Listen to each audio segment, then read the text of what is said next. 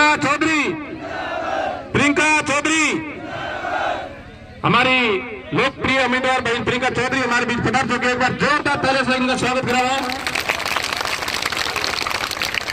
प्रियंका चौधरी, प्रियंका चौधरी हमारे बीच में मालानी के उच्च कोटि के संत।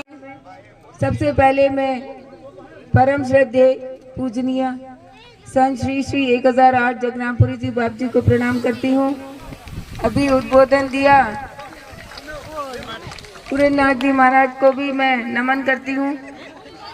यहाँ सभी सरपंचगण बैठे हैं, उनको भी प्रणाम करती हूँ। आदरणीय चैन सिंह जी भी पधारे हैं, उनको भी मैं प्रणाम करती हूँ। यहाँ पधारे हुए सभी पिता तुल्य बुजुर्गगण, माताएं, बहनें, युवा भाइयों, आपको तो जितना प्रणाम करूं उतना ही कम है। बार बार प्रणाम करने का मन करता है, क्योंकि जब से ये जनसभाएं शुरू की है, पहली बार नहीं कर रहे।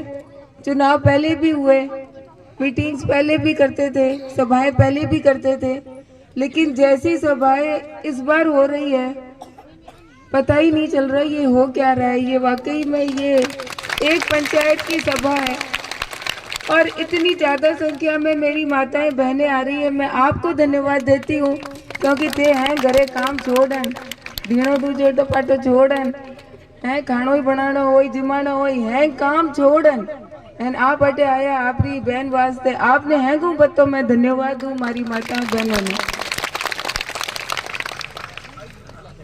मैं बाप जी ने पूछे ही मैं क्यों बाप जी अब चुनाव तो आप मारू बता दे क्या होई, भाग तो नहीं लियो लेकिन बता दे क्या। मैं क्यों एडी मीटिंग देखी कही बाप जी कही भाई मैं तो आज तक देखी कोनी, एडी मीटिंग मैं देखी कोनी। मैं मानती हूँ कि ये आशीर्वाद संतों का आशीर्वाद है, ये बाप जी का आशीर्वाद है, जो इन्होंने तप किया, जो इन्होंने तपस्या की और जो इन्होंने इस बेटी को आशीर्वाद दिया है, वो आज आप सबके रूप में 36 कौम के बुजुर्गों के, माताओं, बहनों और युवाओं के रूप में आज दिख रहा है। और ये आशीर्वाद बाप जी ने ऐसे ही नहीं दिया।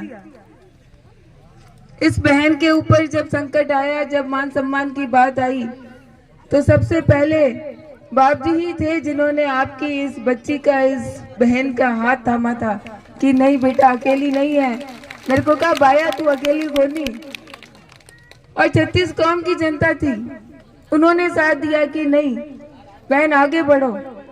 क्योंकि जब टिकट का निर्णय हुआ,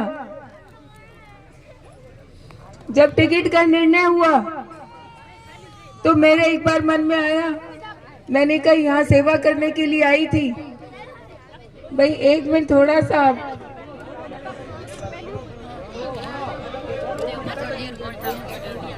यही बात है कि आपका आशीर्वाद और स्नेह तो खूब मिल रहा है, लेकिन अगर ये केवल माहौल में ही रह गया और भीड़ में ही रह गया और अगर वोट में तब्दील नहीं हुआ तो ये आशीर्वाद, ये संतों का आशीर्वाद कैसे फलेगा।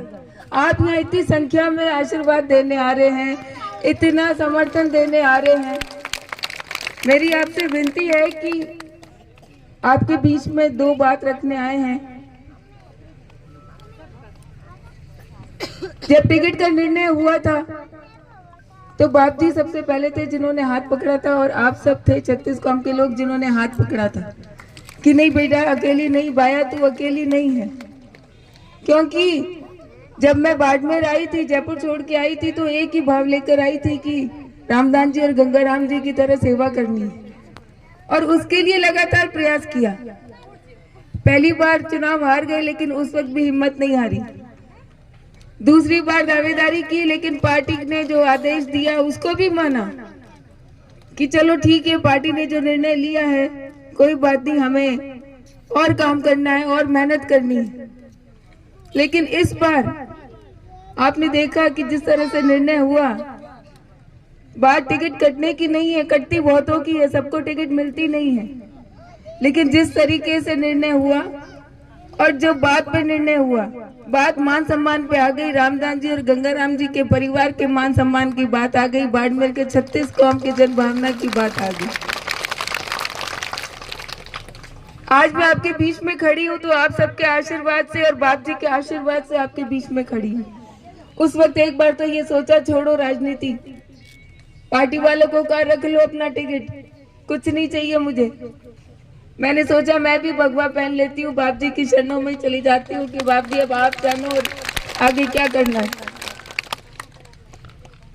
लेकिन बाप जी ने कहा कि नहीं बाया अकेली नहीं। मैंने कहा बाप जी ऐसा तो नहीं, पार्टी ने जो किया किया, जिसने काटा काटा, जिसने जो भी हुआ हुआ, ऐसा तो नहीं कि आप भी अकेला छोड़ दोगे।